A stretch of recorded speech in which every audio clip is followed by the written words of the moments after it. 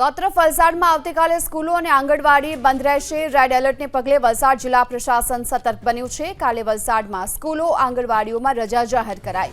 બાળકોની સલામતીને લઈને વલસાડ કલેક્ટરે આ મહત્વનો નિર્ણય કર્યો છે। સોશિયલ મીડિયાના માધ્યમથી આ અંગે સૂચના આપવામાં આવી છે કે રેડ એલર્ટને જોતા વલસાડ જિલ્લામાં આવતીકાલે સ્કૂલો અને આંગણવાડી બંધ રહેશે।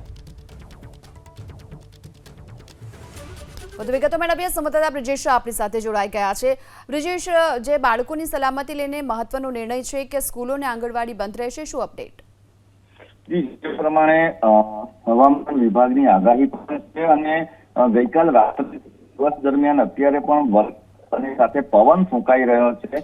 આવી તમામ બાબતોને ધ્યાનમાં રાખી કોઈ મોટી દુર્ઘટના ન સર્જાય અને બાળકોની શાળાઓમાં રજા આપવાનું મુખ્ય કારણ પણ છે કે ટ્રાવેલિંગ પણ બને ત્યાં સુધી ન કરે બાળકો, કારણ કે જે પ્રમાણે ઘણી જગ્યા પર પડવાના બનાવો બન્યા છે, હોડીસ પડવાના બનાવો બન્યા છે, જે મુખ્ય માર્ગ પર વૃક્ષ પડવાના પણ જે આખા દિવસ દરમિયાન ઘટના થયો છે।